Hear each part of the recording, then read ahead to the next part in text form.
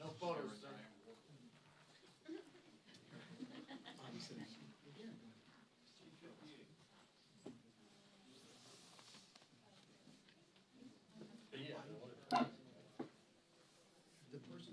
We know, it needs a little oil. Listen, It's like the Tin Man. no funds for oil. Can't get anything fixed. Sorry, the Tin Man's on furlough. Still my All color. right. Type A, can you tell?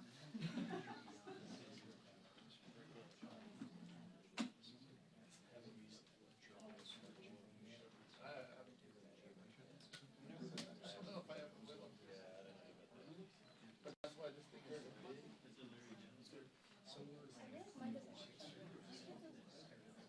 And they said the glasses.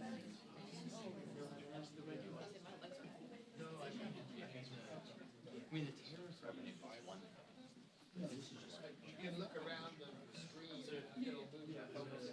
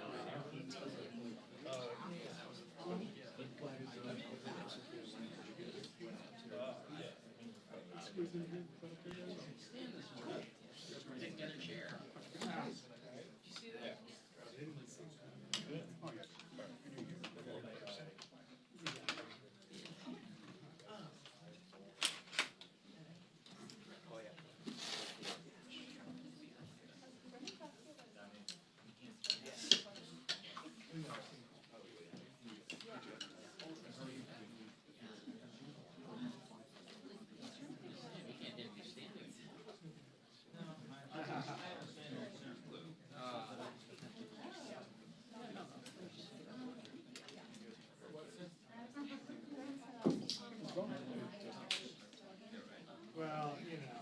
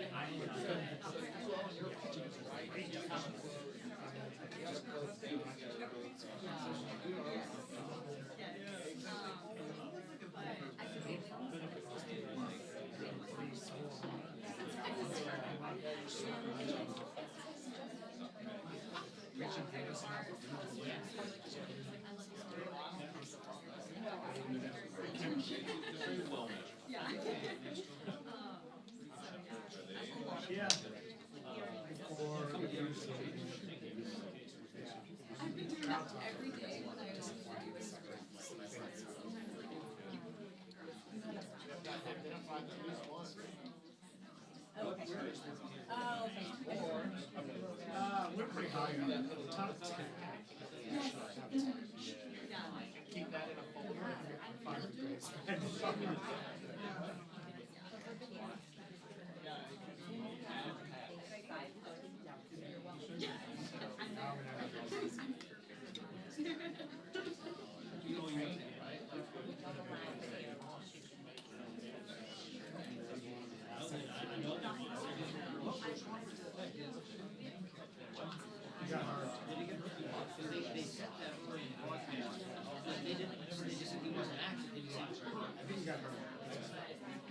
Which is good because he's been shaky all season.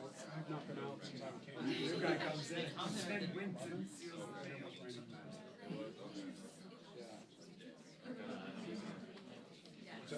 deal. Save the date. Well, especially yeah.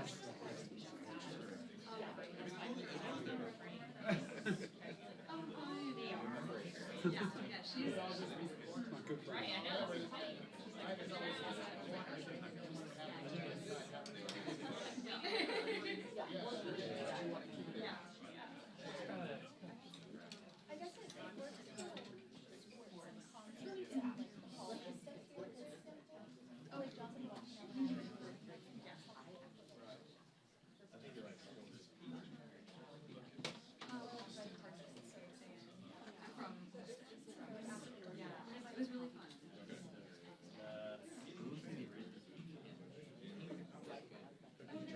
Oh, no, you were going like this with your camera though. Well, because you gotta live with your eyes. No, I know, but it's not. But you can set that. That's right.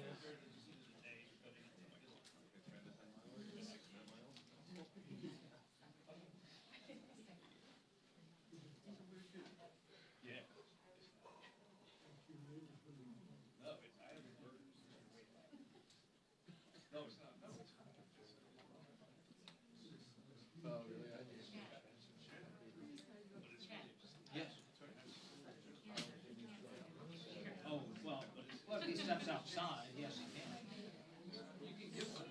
I mean, you know. Yeah. I mean, a screen grab or something.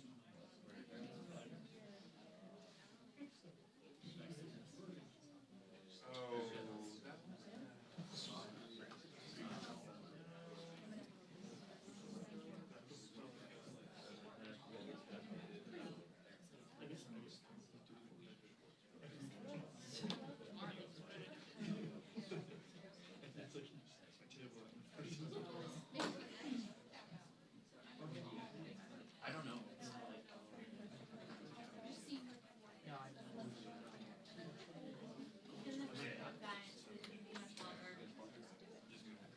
Sure you can't just stop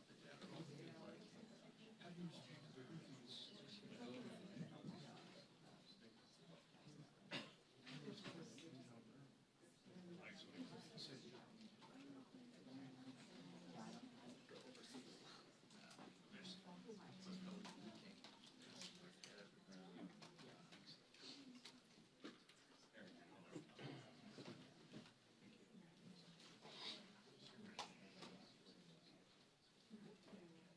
How many wives do you have? Can't wait.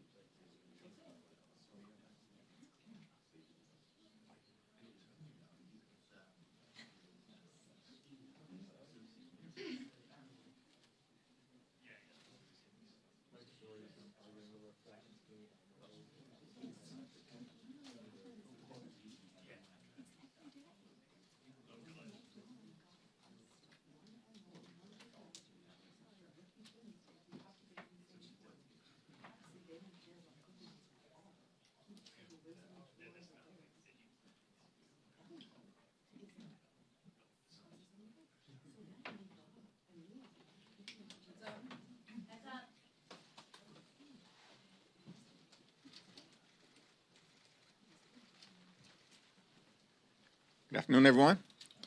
This is day 14 of the Trump Republican shutdown. House Democrats and Senate Democrats remain committed to finding a bipartisan path forward to reopen the government, enact a spending agreement that actually meets the needs of the American people and addresses the Republican health care crisis. The American people know that Republicans have shut the government down. because of their unwillingness to provide health care to everyday Americans, working class Americans, and middle class Americans. The Republicans have created a health care crisis that is devastating people all across the country. Working class America, rural America, urban America, small town America, the heartland of America, and black and brown communities all throughout America. That Republican healthcare crisis includes, but is not limited to, the largest cut to Medicaid in American history, hospitals, nursing homes, and community-based health centers closing all throughout the country because of what Republicans did in their one big ugly bill. The country faces a possible $536 billion cut to Medicare if Congress doesn't act by the end of this year. The Republicans continue to refuse to extend the Affordable Care Act tax credits, which is going to result in tens of millions of Americans experiencing dramatically increased premiums, copays, and deductibles. All across the country, including, most significantly, in states that Donald Trump won, and Republicans could care less. House Republicans canceled votes 2 weeks ago, canceled votes last week, canceled votes this week.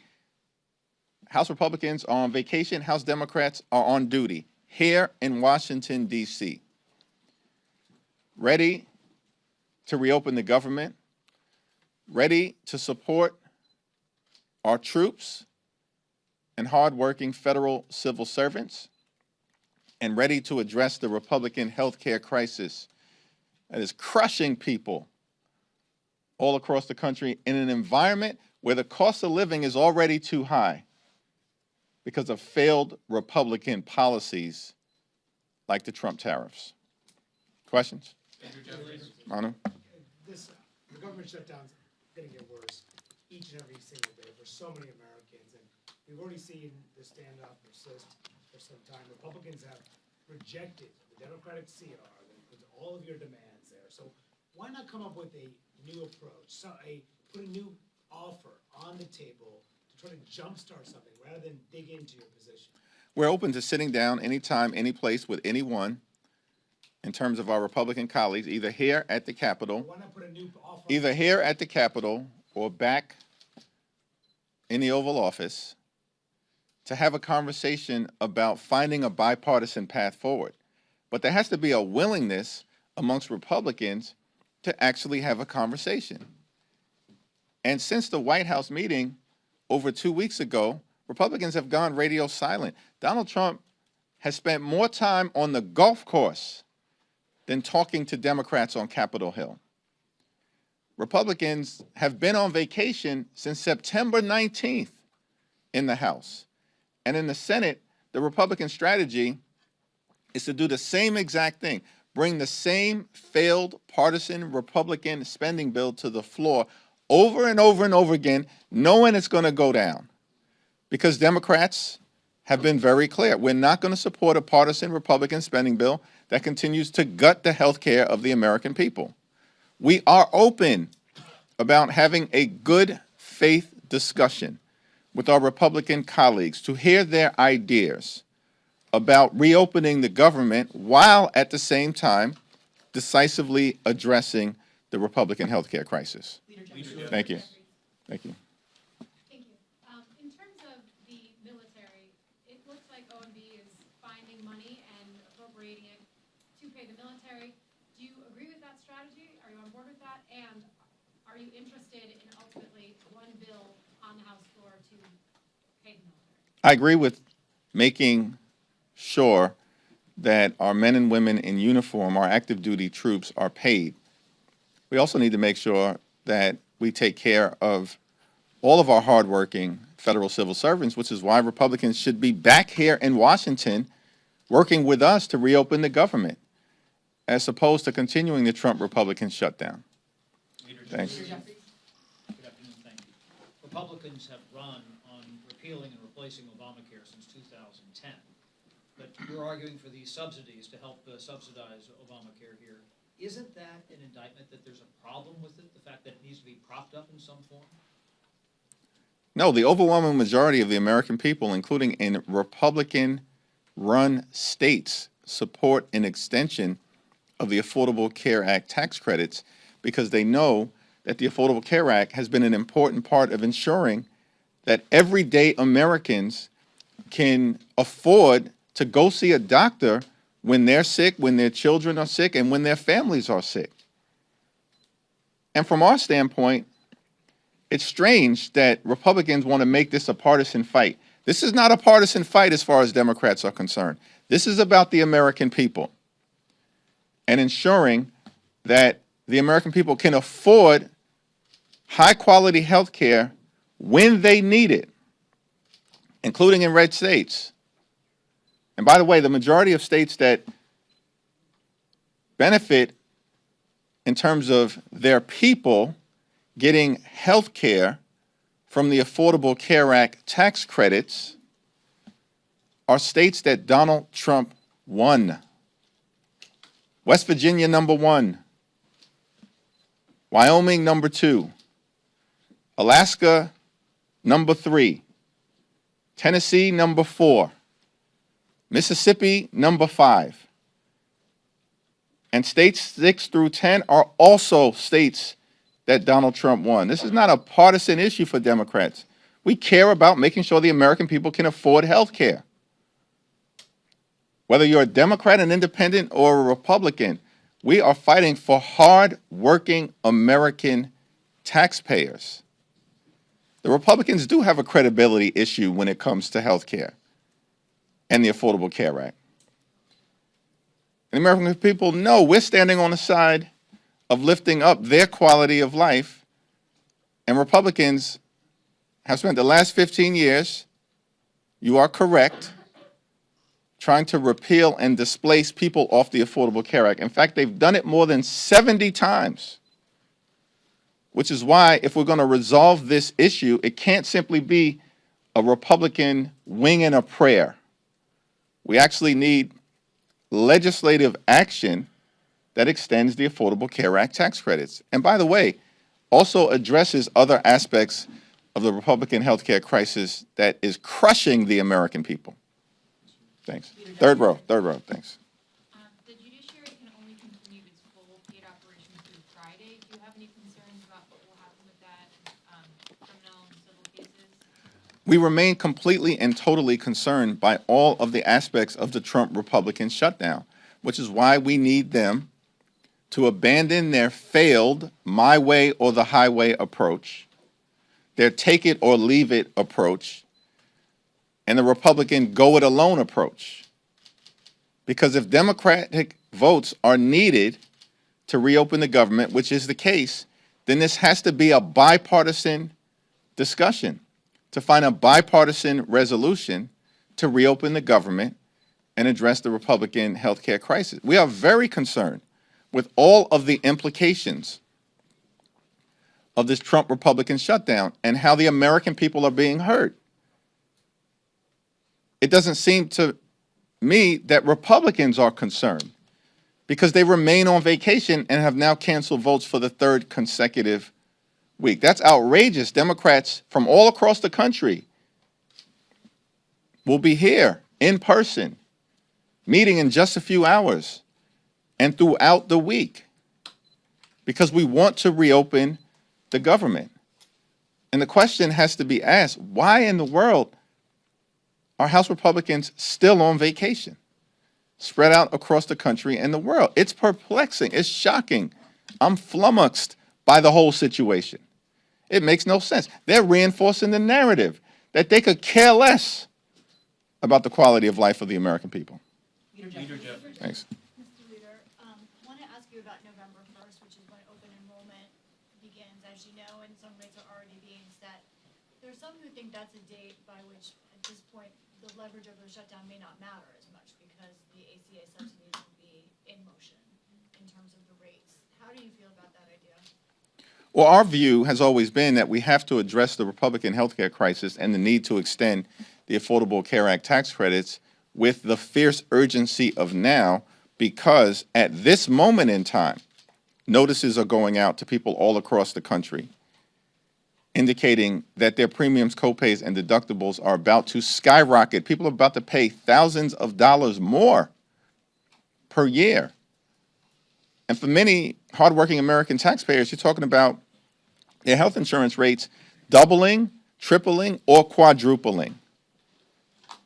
In the congressional district that Speaker Johnson represents, you're talking about thousands of people in his district who are about to experience a 379% premium increase. How is that acceptable? That's happening right now. One of the reasons why we have to act right now is because of the November 1st open enrollment period. That's just the beginning of the open enrollment period. It'll last until early to mid-December. And so Republicans can try to run away from this problem that they've created by continuing to break our healthcare system, but they will not be able to hide. And that will become increasingly clear, as Marjorie Taylor Greene consistently has pointed out, in the weeks to come. Thanks. You got it? Yep. Michael? You mentioned several times that you believe Republicans have a House majority due to the North Carolina gerrymander. They announced yesterday that they're going to try to draw Don Davis out of his seat. I want to get your reactions to that. And also, do you believe that Proposition 50 in California is enough to offset everything that Republicans are doing to try to redraw the map ahead of next year? And also, the Supreme Court is hearing the Louisiana redistricting case tomorrow. So I just want to get your thoughts on North Carolina, Prop 50, and the Supreme Court arguments tomorrow. Well, the Supreme Court case tomorrow is going to be incredibly important, and we stand behind the civil rights community in defending the opportunity for people of every race to have an opportunity to elect a candidate or member of Congress of their choice, and to push back against the efforts by some in this country on the other side of the aisle to engage in partisan race-based gerrymandering to undermine the ability of Black, brown, or Asian communities in the country to be able to select their representative, as opposed to having extremists draw lines so that their representative can be effectively selected for them. We're going to be watching closely that Supreme Court oral argument tomorrow, and I stand behind Representative Cleo Fields, whose district is the subject of the litigation, and we also, of course, stand behind the civil rights community's efforts to preserve both Section 2 of the Voting Rights Act, as well as the 14th Amendment protections against racial gerrymandering and undermining the ability of communities of color to elect the candidates of their choice. We're going to win Prop 50 in California, and I'm thankful for the tremendous leadership of the California congressional delegation, the people of California, Governor Newsom, and the coalition of folks who have come behind the effort to push back against what Republicans have maliciously done in Texas in trying to rip 5 seats away from Democrats as part of their effort to gerrymander the maps and rig the midterm elections. We are not going to let Republicans successfully rig the midterm elections.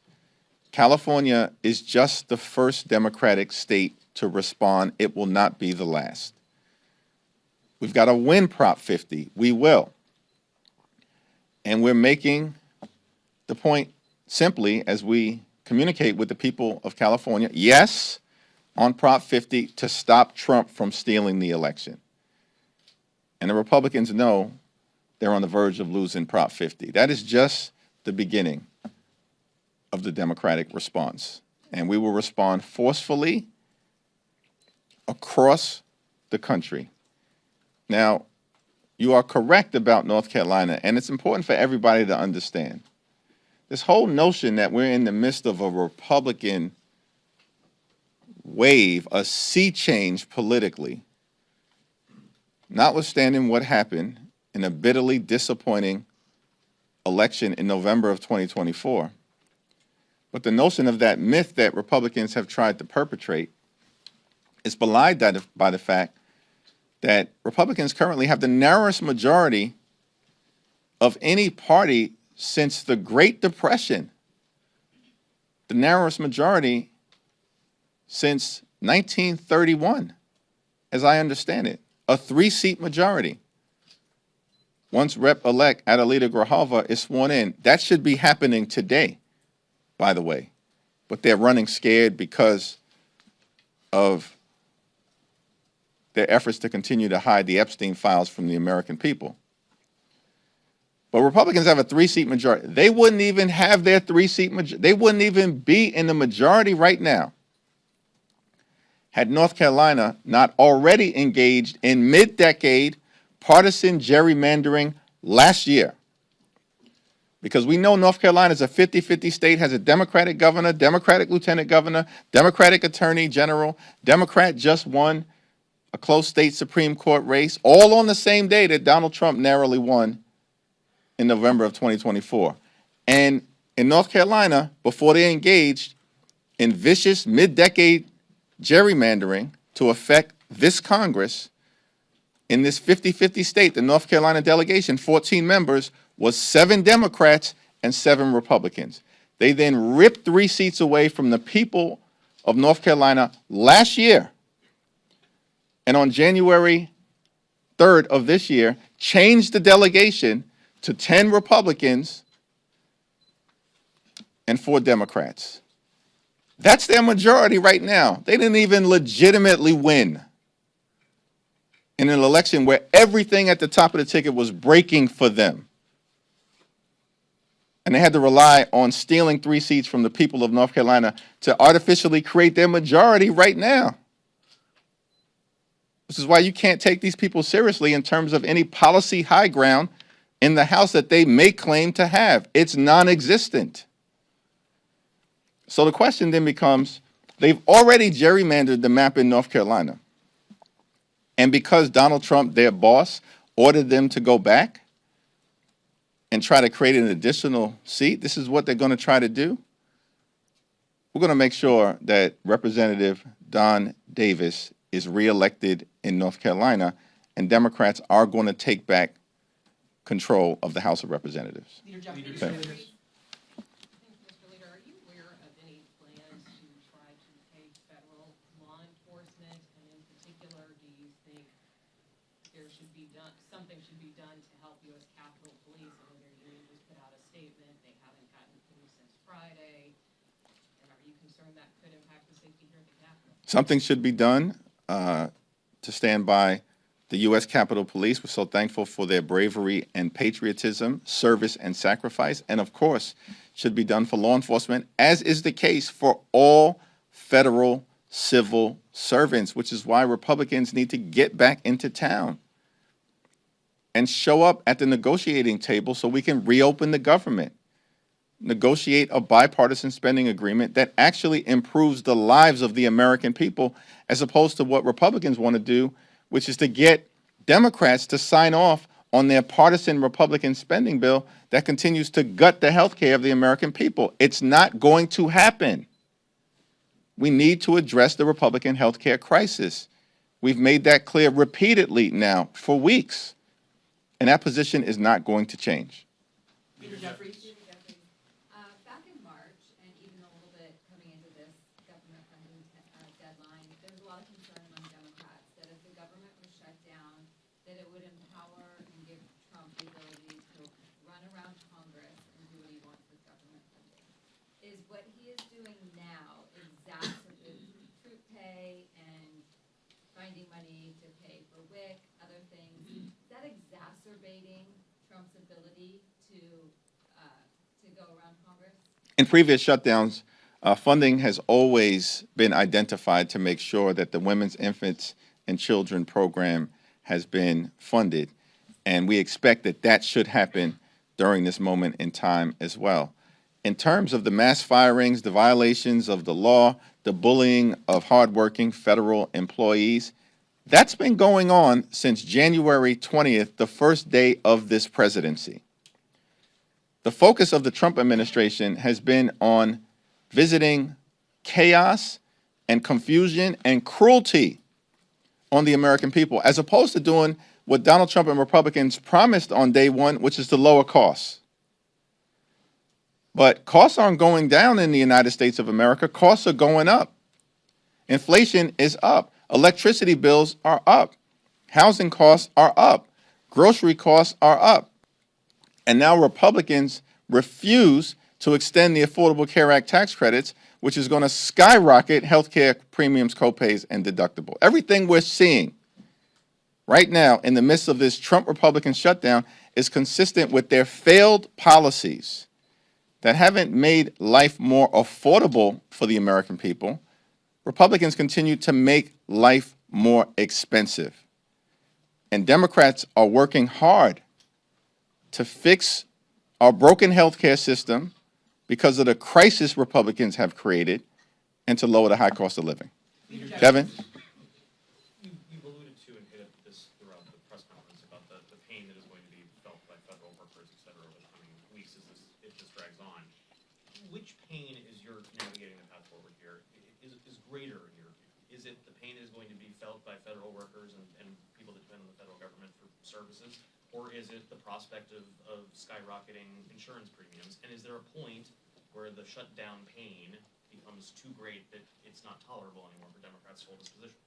The pain of a government shutdown is being felt by all Americans, and it's unfortunate that Donald Trump and Republicans have decided to shut the government down and then not to do a damn thing to find a bipartisan path forward. Not a thing over the last 2 weeks. I mean, Donald Trump literally has spent more time on the golf course than talking to Democrats. He spent more time creating deepfake videos than talking to Democrats. House Republicans have chosen to cancel votes now for 3 consecutive weeks. This is their behavior. These are facts. No one disputes these things. And as Democrats, Leader Schumer and Senate Democrats who courageously continue to hold the line, partnering with House Democrats, have made clear, we will sit down with anyone, anytime, any place to reopen the government and find a bipartisan path forward.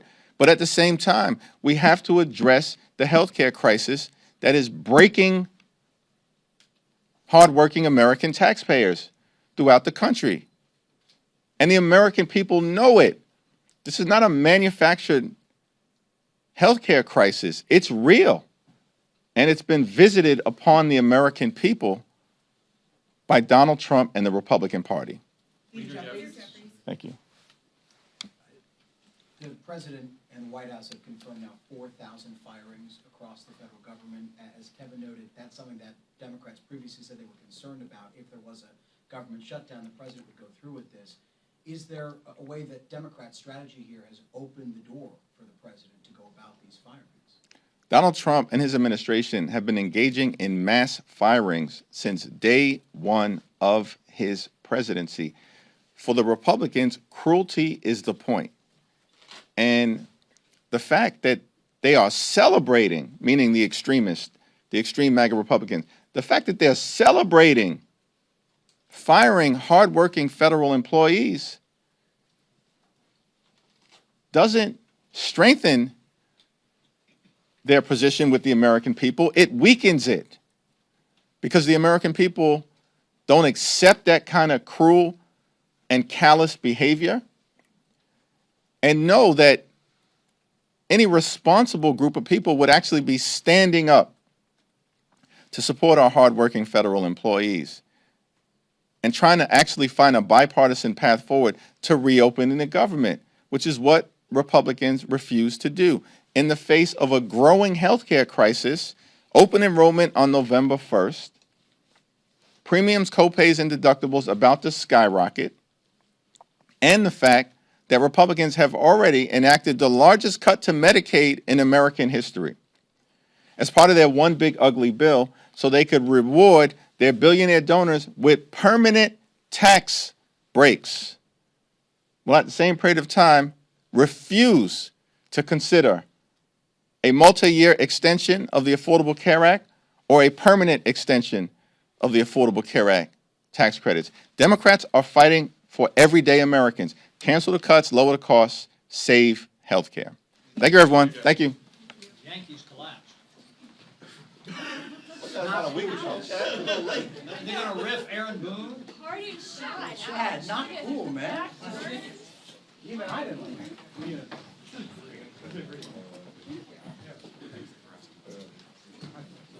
Thanks. I'll talk to John.